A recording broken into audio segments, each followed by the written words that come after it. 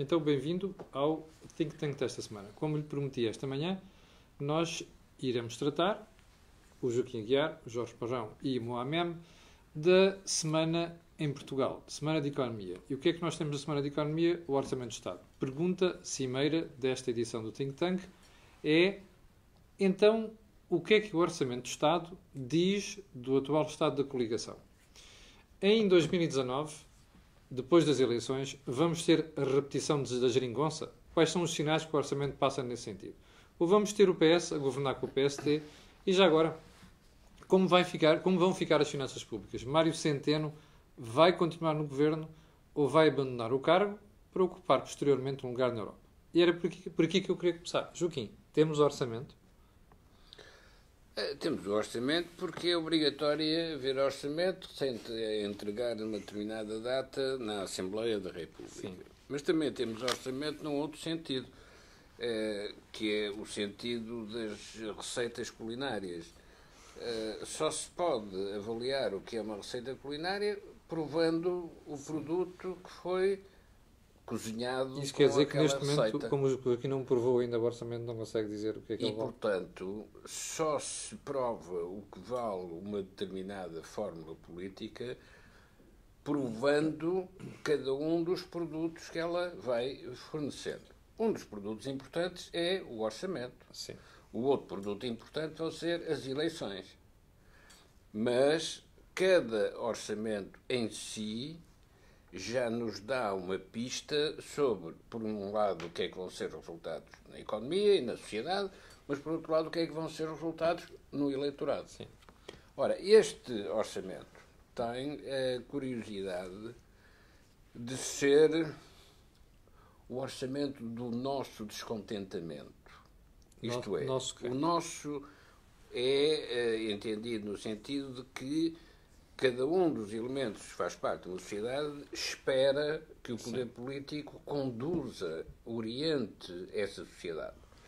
Ora, este orçamento não orienta a sociedade nenhuma, não conduz para nenhum programa, não é nenhum projeto de modernização. Mas o que é que leva a dizer isso? Este orçamento é um orçamento de resposta a uma coligação de posições conjuntas. Não é sequer uma coligação governamental. Não é uma coligação de partidos. É uma coligação de posições conjuntas. Isto quer dizer o quê? Como, aliás, diz o Sr. Primeiro-Ministro. Não, cada partido tem a sua identidade e cada um continua a fazer exatamente o que corresponde à sua identidade. Mas por isso é que eu lhe perguntei o que é que o orçamento significa em termos de futuro da geringonça. Vai haver repetição? Calma. É o orçamento começa por ser o orçamento do nosso descontentamento. Porque não é aquilo que devia ser. Isto é, um orçamento tem sempre uma parte de herança, que são receitas e despesas obrigatórias, Sim. Receitas que já se definiram no passado e despesas que também estão associadas a esse passado de receitas. No nosso caso, os orçamentos estão também associados às dívidas e Sim. àquela que se acumulou e que não se paga.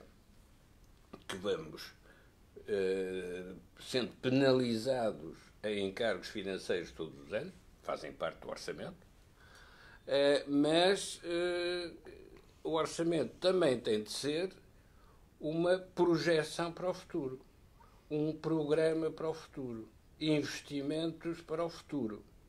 Ora, este orçamento não pode ser nada disso, porque a tal coligação das posições conjuntas tem prazo de validade instantâneo. Só dá para agora. Não tem nada a ver com o futuro. É isso que é muito diferente de uma coligação de governo. Uma coligação de governo tem vários partidos que fazem parte desse governo. Cada um desses partidos há de ter futuro e cada um dos seus representantes no governo trabalha esse futuro para o partido e esse futuro para a fórmula política. Este caso não. Neste caso, cada posição conjunta tem de obter o máximo possível para mostrar nas próximas eleições, que já não são orçamentos, são eleições, E, para fazer isso, obriga a que não haja projeção para o futuro. Porque o futuro deste orçamento é a data eleitoral. Ganhar eleições. E é tanto assim que o próprio Presidente não se pronuncia sobre a qualidade do orçamento, se é bom, se é mau. A única coisa que ele diz é que tem de haver orçamento, senão há eleições antecipadas. Portanto, estamos no tal orçamento do nosso descontentamento. O sistema político e as instituições do sistema político estão orientadas apenas para a sua reprodução. Jorge, temos orçamento, o que é que isto diz do estado da coligação? Vamos ter coligação no futuro? A parte mais interessante deste orçamento é a parte oculta dele. Isso quer dizer o quê? Quer dizer o seguinte, é um orçamento que é feito para agradar às agências de rating e para agradar aos credores. Mas foi vendido à sociedade como um orçamento que liberta a sociedade do Estado e em que há uma reposição de rendimentos. Isso só mostra o talento do Sr. Primeiro-Ministro. Talento inacreditável, que é, no fundo, eu diria que, se fosse há uns tempos, é uma conquista de Abril. Como é que a esquerda, com o Partido Comunista e o Bloco, aceitam um orçamento com um déficit próximo de zero, quando há uns anos diziam que era preciso que os déficits que acontecessem, porque eram virtuosos para a economia. Portanto, a parte mais fantástica deste orçamento é que reproduz exatamente a receita que os credores querem, que no fundo é manter as contas equilibradas, obviamente utilizando os impostos, no caso português, porque na despesa, como já sabemos, estamos a continuar o passado. A despesa continua a aumentar. Continua a aumentar e, portanto, é um orçamento que tem uma característica interessante, que é disciplinou a sociedade portuguesa, e isso é real. Inclusive a esquerda. Inclusive a esquerda, mas é-nos vendido como um orçamento que libertou a sociedade portuguesa e que parece que, de repente, vamos ter rendimentos explosivos. O que não é verdade. Depois a outra, não li o orçamento todo, mas estive a ler as partes centrais e depois reparei no sumário executivo. O sumário executivo é um conto de fadas, porque dá a ideia que tudo está bem neste reino e não se consegue, e essa é a parte, eu diria, menos boa, se quisermos, da política. É tentar ocultar quais são os riscos que a sociedade portuguesa ainda hoje corre e que deveria estar alerta e que as instituições deviam alertar para isso. Eu, quando digo instituições, digo, obviamente, o Presidente da República, o Primeiro-Ministro, o Governo, o Parlamento, a oposição. Portanto, isto tudo deveria ser escalpelizado. E não é feito. E não é feito porquê? Porque é como o Joaquim diz, é um orçamento que não perturba a sociedade. É um orçamento que não cria tensão na sociedade para a mudança. Não aquece nem arrefece. Não aquece nem arrefece. E, portanto, por isso é que ele é um orçamento de circunstância. Quando me dizem, bom, mas é um orçamento eleitoralista, eu digo assim, bom, todos os orçamentos feitos em vésperas de eleição são todos eletoralistas. O de Passos Coelho também foi, aliás. A despesa em geral, social voltou a aumentar. Em geral são, porque a pressão dos partidos, do partido interior dos partidos é de tal ordem, estando, vamos ver, o país entregue a si mesmo e não tendo os credores a forçá-lo, não temos os credores a forçar-nos, portanto tudo isto leva a que os orçamentos sejam eleitoralistas. Mas o que é mais... isto é importante perceber, porque na prática o que nós conseguimos foi seguir a trajetória que a Troika nos obrigou. Eu estive a reparar, a Troika fez uma coisa fantástica em Portugal, que é mudou o modelo, se quisermos, de economia. Neste momento exportamos mais do que importamos. Isso não acontecia antes da chegada da Troika. Aconteceu. E depois o que nos obrigou foi, os déficits têm sempre vindo a cair. Sempre vindo a cair. Ainda fez outra coisa fantástica, foi mudar a estrutura acionista dos bancos. Mudou a estrutura acionista dos bancos. E, por outro lado, também este governo começou a mudar a estrutura fiscal que está sobre os portugueses, que é exatamente isso que a Troika queria, que era sobre o consumo, sobre, no fundo, o padrão de comportamento, os impostos indiretos, sobre o padrão de vida dos portugueses. Portanto, no fundo, nós absorvemos isso tudo. E então a discussão hoje não há uma discussão política séria hoje falar-se o déficit, se há vida para além do déficit ou se o déficit deve ser zero à esquerda ou à direita. Como é zero, tanto pode ser um zero à esquerda como um zero à direita. Exatamente. É irrelevante. Mas isso eu acho que é uma conquista fantástica para a sociedade portuguesa. Mas aqui é que eu acho que há uma contradição em relação ao que o Joaquim disse. O Joaquim dizia que isto não tem futuro, não se olha para a frente. Mas eu olho. Mas eu olho. Vamos lá ver porque é que eu isto não. Mas deixa-me terminar a ideia. Isto é que o que o Jorge está a dizer mostra que de facto houve uma mudança estrutural na sociedade portuguesa, nomeadamente em matéria de finanças públicas. Não, mas o que é interessante é contra a vontade dos próprios É verdade. governantes. Mas aí é que está o mérito da Troika. Por isso é que eu falo em posições conjuntas.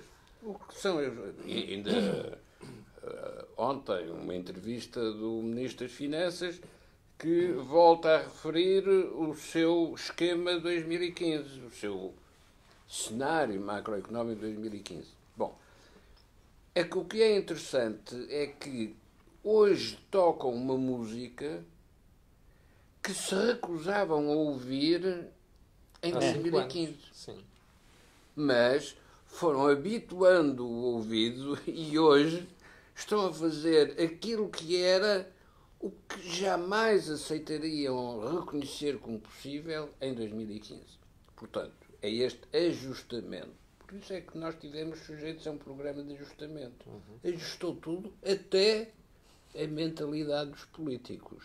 Mas o problema é que não foi feito por vontade interna. Sim. Foi feito por pressão externa. Internamente, respondeu-se a essa pressão externa dizendo que não se aceitam pressões, mas interiorizando-as. Mas deixe-me só...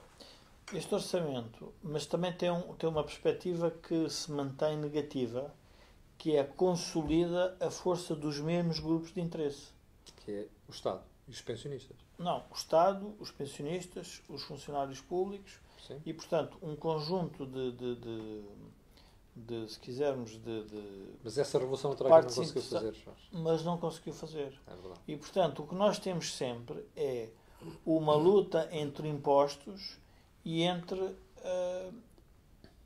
os grupos de interesse. Sim. E, portanto, esta luta entre impostos e grupos de interesse está exatamente igual. Só que há uma coisa que os políticos já perceberam. Agora, para satisfazer grupos de interesse, vamos tributar o país todo. Portanto, isso está resolvido. E, portanto, não há uma revolução do contribuinte. Não faz parte da mentalidade, até porque os contribuintes são muitos, e, portanto, todos a manifestar-se era capaz de não correr bem. E, portanto, não havendo manifestação do contribuinte, manifestam-se aqueles que conseguem, por um pequeno movimento, ganhar muito com isso. E, portanto, reparem, eu tive a ver coisas do orçamento em que há uma abertura, um texto inicial que se fala numa melhoria em 50 milhões, numa despesa de 22 mil milhões. Exatamente. Quer dizer, estamos a fazer o quê? Pois. Estamos a fazer uma narrativa que é completamente falsa. Ou seja, a grande irresponsabilidade política que neste momento temos em Portugal, nas instituições, é porque nenhuma delas não consegue alertar o povo português para os problemas que temos de transformação da sociedade. Esse é que é o drama central. Mas desculpe. Então, voltemos ao tal orçamento do nosso descontentamento. Sim. É isso. É que é um orçamento que afaga a madeira, mas não faz um móvel. Fica a madeira muito polida, mas não aconteceu nada dentro da estrutura. Continuam a ser corporações. Mudam as corporações. É um bocado como nos campeonatos de futebol.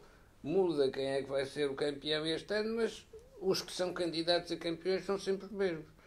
Ora, é esta incapacidade de mudar que nos vai sair cara. Porque não muda pela política, mas muda pela demografia, porque vamos envelhecer inevitavelmente, muda pela política externa, porque a Europa vai se alterar inevitavelmente, e nós que estamos resguardados dessas ondas mais agitadas, vamos ficar submersos por uma tempestade súbita que nos acontece em cima de nós sem estarmos preparados.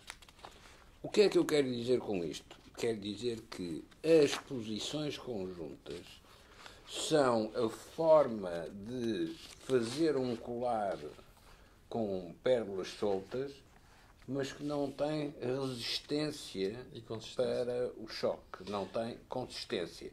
Ora, vai-se verificar o que é que acontece em 2019 no ato eleitoral para que este orçamento conduz.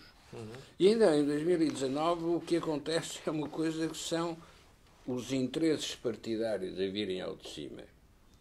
E ou há geringonça ou não há geringonça para a fase seguinte, conforme os participantes na geringonça ganharem ou não ganharem em relação às eleições de Mas isso leva-me 2015. novamente a fazer a pergunta de há bocadinho, Joaquim, que é: o que é que isto nos diz sobre o que vai acontecer depois do ato eleitoral? Porque até lá cada um está a puxar a brasa à sua sardinha. O problema é que este orçamento é para o que acontece antes do ato eleitoral. Sim. Ora, o que é que vai acontecer antes do ato eleitoral? Confirmar ou não confirmar que Portugal cresceu 2,2, que é a base de todos os cálculos do orçamento. Sim. A Irlanda cresce 6%, 7%, mas 2,2% é a coroa de glória desta... Como dizia o Dr. João Salgueiro, é o terceiro pior crescimento da Europa. É isso que nós estamos a celebrar. Mas, ora, esse é que vai ser o problema deste orçamento quando se aproximar da data eleitoral. Confirmou ou não confirmou esse resultado? É que se o Fundo Monetário Internacional estiver certo e for 1,8%, o crescimento durante este período... Vamos ter um problema com a receita. Vamos ter um problema sério, é que, de repente, todos os equilíbrios e os déficits magníficos, os melhores da democracia, pura e simplesmente desaparece como mera propaganda. Mas não vamos ter tensão, porque há aqui um aspecto importante. Os grupos de interesse hoje estão visivelmente representados na atual coligação que suporta o governo. Ou seja, os funcionários públicos, os pensionistas, as empresas que vivem no Estado, é isso que queres dizer? Estão muito representados. Sim. Então o que é que acontece? É um bocado irrelevante se o país quase cresce ou não. Porquê? Porque eles depois... estão contentes. Não. É porque depois vão aceitar todos os cortes da despesa. Ok. Porque a única coisa que estão a querer é que os partidos concorrentes ocupem o poder. Porque, no fundo, qual é o verdadeiro impasse da sociedade portuguesa? O verdadeiro impasse da sociedade portuguesa é que o Presidente da República elegeu como bandeira, no fundo, manter ou até ajudar a que a sociedade saísse do radar das agências de rating. Sim. Acompanhou o governo nessa luta. E, portanto, isso justifica todas e quaisquer, diria, aproximações ao governo. Portanto, não o confronta com problemas de mudança. É verdade. Porque também não quer instabilidade a esse nível, porque sabe que isso pode ser problemático. Então, o que é que nós estamos a ter? Nós estamos a ter os grupos de interesse representados claramente no governo, na coligação que suporta o governo, vê-se o Partido Comunista relativamente aos professores, aos médicos, aos enfermeiros, todas essas classes, que aceitam a degradação daquilo que eles defendem, que é um verdadeiro Estado Social de qualidade, em benefício que ninguém mais ocupe o poder. Claro. Pronto. Mas isso o que é? Isso são repúblicas socialistas que já nós tivemos. Nós temos que pensar que vamos lá ver, nós temos condições de moeda altamente favoráveis para o nosso crescimento. Nós temos taxas de juros... Temos juros baixos, temos moeda historicamente baixas, que permitem que Portugal cresça porque estamos nesse radar. Não estando nesse radar, ou seja, nós estando fora se quisermos, de uma zona monetária, tudo isto se destapava de uma forma assustadora. Exatamente. Era um ano ou dois. Um ano ou dois, em que isto tudo vinha para cima da mesa. Ora, não vem como? Não vem porque estamos a ter esta ajuda... É o guarda-chuva. Que é importante. E por isso é que continua a ser muito importante que Portugal queira estar próximo da Europa. e que quer que a Europa se transforme. Jorge, e que a prova disso é que o Primeiro-Ministro hoje diz à Itália: façam como nós. Que é uma coisa espantosa. Não sei se reparou, mas o Primeiro-Ministro hoje deu uma lição de austeridade à Itália, tal como Mário Centeno tinha dado à Grécia. Mas já agora, vamos lá aos nossos ouvintes, aos nossos espectadores. Tem aqui o Filipe Neves, diz uma coisa muito interessante. A economia, desde abril de 74, tem funcionado em ciclos económicos de 9 anos. O que faz com que o fim do atual ciclo seja dado no ano de 2021. Estão de acordo? Eu, por acaso, acho que não é seguro de ser 9 anos, mas a tese é interessante. O problema com a periodização dos ciclos económicos é que os ciclos económicos não obedecem a um relógio, sim, a um calendário cosmológico. A periodização dos ciclos económicos tem a ver com a própria mutação das forças económicas que desencadeiam o ciclo. E isso não obedece a calendário. É verdade. E, portanto, nem obedece a calendário, nem já agora às manchas solares. Também já houve quem quisesse interpretar o ciclo e tinha alguma lógica, porque tinha interferência na agricultura e, portanto, isso depois se refletia-se nos mercados. Exato. Bom, não, os ciclos têm a ver com o tempo de validade das forças que desencadeiam os movimentos económicos.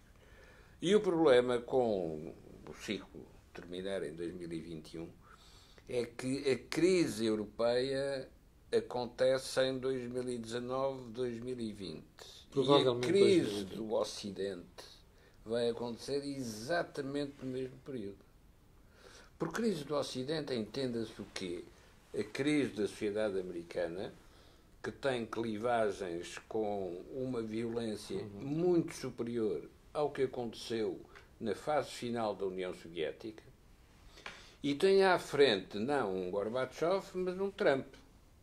E o Trump é a garantia segura de que numa crise só conseguirá fazer crise mais grave ainda, porque não sabe resolver aquilo que provoca a crise. Ele desencadeou um choque racial na sociedade americana, é verdade, que não vai poder controlar. Mas desencadeou uma outra coisa em termos internacionais.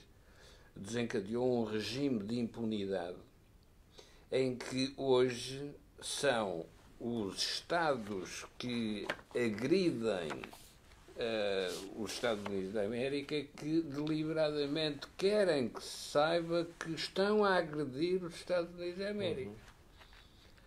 Não escondem. Sim, mas deixa-me voltar àquela questão da porque já coloquei ao Joaquim, o Joaquim ainda não me respondeu, mas vou perguntar a ti. Claro. O que é que tu achas que isto revela do estado da coligação? Nós, depois de outubro de 2019, vamos voltar a ter geringonça? Ou vamos ter um governo minoritário que é apoiado esporadicamente pelo PSD no Parlamento? Qual é a tua leitura neste momento? O país só tem interesse. Olha, o nosso grande desafio como sociedade é reduzir, no fundo, o nosso estoque de dívida pública. Continuamos a crescer a ritmos. É importante referir que, não sei porquê, mas o jornalismo perdeu memória. E perdeu memória e está sempre atrás do último acontecimento e às tantas não para também para fazer séries longas. Numa série de 10 anos, 12 anos, 10, 12, 13, Portugal não cresce em média mais do que 1,8%. Portanto, sempre abaixo dos seus parceiros europeus. Portanto, nós temos uma economia que tem incorporado um modelo de desenvolvimento que não gera crescimento significativo. Sim. Isso é por incapacidades e por a economia estar dominada por grupos de interesse. Os grupos de interesse, obviamente, os que sentam sempre à roda do orçamento, que é da receita fiscal. Portanto, esse é um tema. Nós temos interesse, e isto é importante também pensarmos que este tipo de comportamento do governo, que é saudável do ponto de vista dos credores, gera um problema à direita. E um problema seríssimo. Ficou sem programa. Porque a direita está no governo. Pronto. Porque a direita... Portanto, a outra direita, sim, para se poder afirmar Pois. que antes estava no governo. Tem que ir buscar um argumentário diferente. Não, tem de ser Completamente. Bolsonaro. Só com esse tipo de radicalidade É. é que a pode ser direita que nós conhecemos como força de governo Sim. pode voltar a ser força de Vamos governo. ver a questão, Mas por pode exemplo, ser uma outra coisa. Pode negociar posições conjuntas. Isso quer dizer o quê? Isto é, nós vamos fazer do Partido Socialista para o Afonso Costa era ninguém podia governar Portugal sem o Partido Socialista. Sim. Nós vamos fazer do Partido Socialista digamos, a praça de arbitragem da política portuguesa. Faz posições conjuntas para a esquerda e posições conjuntas para a direita. Já está no PSD aquele que está preparado para assinar Para uma fazer posição isso. conjunta com o... Portanto, o que eu devo depender Não. desta... Tu nunca acabaste a ideia há bocadinho, desculpa. não, onde eu queria chegar é o seguinte: ao fazer esta política, o governo, e bem, de manter os déficits a zero, ainda que com uma carga fiscal, obviamente, elevada, e aproveitando os ventos da Europa, quer do ponto de vista de crescimento, quer do ponto de vista das taxas de juros, criou um problema à direita, que é a direita não tem programa, porque o programa que tinha era reprimir a sociedade relativamente à atitude magnânima que tinha acontecido com o último governo do engenheiro José Sócrates, que levou depois à entrada da Troika. Portanto, isso significa o quê? Significa que o sistema político vai ter que se reconfigurar ideologicamente em relação a algumas matérias. E, portanto, o surgimento de programas nacionalistas, programas anti-impostos, programas justicialistas, programas de, não diria securitários, mas se nós olharmos para o que se está a passar hoje na magistratura portuguesa e o que se passou nas Forças Armadas, nós podemos dizer que, diria que as funções de soberania estão realmente afetadas. Porquê? Porque de repente a sociedade diz, bom, militarmente não estou protegida, mas judicialmente nós também não percebemos bem como é que aquilo está a funcionar, quando nós estamos a perceber que há, dentro da própria magistratura, há um conjunto de problemas para resolver. O que é que acontece? A sociedade portuguesa, por razões prováveis, enfim, não tenho nenhum estudo que comprove isso, mas leva-me a pensar, está amorfa e envelhecida. É uma sociedade que não consegue ir para a rua lutar contra um conjunto de assuntos. É verdade. E, portanto... Mas há 5 anos fazia as maiores manifes. Mas as maiores manifes eram sempre feitas por aqueles que hoje não gostavam da música, mas que já se habituaram àquela música. E esses são os que estão nas posições conjuntas. São nas posições conjuntas. Portanto, Mas, a conflitualidade da sociedade portuguesa... Mas ao bocadinho, o Joaquim dizia uma coisa muito interessante. Deixa-me contar uma história interessante que numa manifestação, não sei se recordam, da polícia, na altura do governo de Passos Coelho, a polícia junto à Assembleia da República. E foi uma manifestação, pela primeira vez, vimos a polícia na rua a manifestar-se na Assembleia da República, que teoricamente tem a função de defesa da democracia, estavam a manifestar-se contra a casa, no fundo, o que estava a passar. E de repente dá-se o noticiário das 8 da noite e a manifestação acaba. E há um tipo que me explica porque é que a manifestação acabou. Porque os polícias já estão de tal forma envelhecidos que há uma mulher do polícia que liga para a polícia e diz: vem para casa que já não tens idade para isto, vem jantar. E isto é que revela, isto é um problema sério, é que uma sociedade envelhecida não faz revoluções. Não faz e portanto foi a mulher que ligou para a polícia e disse: vem para casa, porque nada disso nós vamos ter que aguentar a austeridade que todos estamos a aguentar. Exatamente. Obviamente a nível agora de impostos. O Joaquim há bocadinho dizia assim: o PS vai ser o partido charneiro, vai fazer acordos à esquerda e acordos à direita. E dizia, já está no PSD quem vai proporcionar isso. Então, a pergunta faz todo o sentido. O que o Joaquim acaba de dizer é que a seguir às eleições nós não vamos ter geringonça. Vamos ter um PS a fazer acordos. Não. Aquilo que nós vemos na política é aquilo que a sociedade onde estão os eleitores produz. Sim. Porque não é por vontade exclusiva dos dirigentes políticos que os partidos se comportam da maneira que se comportam. Mas esta sociedade é envelhecida, que está descontente com este orçamento, mas não se manifesta porque não tem canais de manifestação, vai continuando a manter as mesmas rotinas. E a questão de fundo é: tem o PS maioria absoluta ou todos os outros estão interessados em que não haja maioria absoluta? Pois. E a resposta é: todos estão interessados em que não haja maioria absoluta. Deixe-me só, Joaquim, deixe-me só agora. Vamos olhar para este nosso debate do orçamento de uma outra perspectiva, que é a perspectiva da remodelação governamental. Porquê é que nós estamos aqui a discutir o orçamento e não estamos a discutir a remodelação governamental? Aquilo é para 3 ou 4 dias. Ou 3 ou 4 meses até às eleições. Porque se nós quiséssemos fazer um exame do governo setorial, não temos com quem examinar. Porque se a economia cresceu, porque é que ficámos sem o Ministro da Economia? Não vejo. Se a saúde está bem, porque é que se mudou o Ministro da Saúde? A defesa já se percebia que tinham um problema e, portanto, isso é realmente outra perspectiva. Ou seja, nós tivemos observamos uma capacidade política do Primeiro-Ministro que foi criar, no fundo, no momento certo, condições de alteração política que nos impedem de discutir, se quisermos, a verdadeira valia do próprio governo. Porque, de repente, estamos a discutir um orçamento que já está aprovado pela Europa. É que é importante perceber que este orçamento vai ser aprovado pela Europa sem discussão nenhuma. Inclusive é sem discutir os 725 milhões de euros de dividendos. E nós lembrávamos que as discussões que haviam é preciso bater o pé à Europa. Essa conversa acabou. Agora é o António Costa que diz aos outros para não baterem o pé à Europa. Pronto, para não bater o pé à Europa. Porque está a precisar, porque já percebeu uma coisa. Que se alguma coisa correr mal, Portugal é não é só correr mal. É que sem Europa a ajudar-nos, é como diz o Joaquim, isto é o orçamentos seguidos de descontentamento. Sim. Vamos continuar neste ramo-ramo, neste ritmo. Deixe-me só agradecer às pessoas. Nós temos 185 pessoas em direto. Estamos quase no recorde que já tivemos em direto aqui. Eu sei que não chega aos 930 que havia hoje de manhã em direto na Cor do Dinheiro, mas estamos quase no recorde do Think Tank e eu, numa das próximas semanas, provavelmente vamos lá chegar. Diga, Joaquim. Joaquim, a dizer? Eu ia dizer que a política portuguesa está condenada a trabalhar com fotografia. Sim.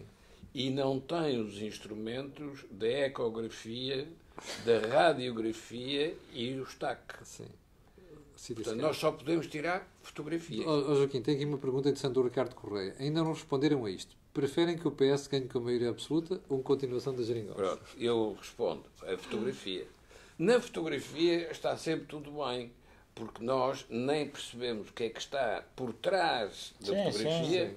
Nem o que é que se passa dentro de cada um dos que estão na fotografia. Sim. Ora, quando todas as forças políticas estão interessadas em manter esta rotina, Sim. querem manter o PS a ser o árbitro do sistema, provavelmente agora mais alargado ainda, e não tendo só posições conjuntas à esquerda, mas também posições conjuntas à direita, provavelmente posições conjuntas com a Europa, porque irá para comissário europeu aquele que esteve a trabalhar nesta primeira versão das posições conjuntas. Mário Centeno. Ou seja, Mário Centeno.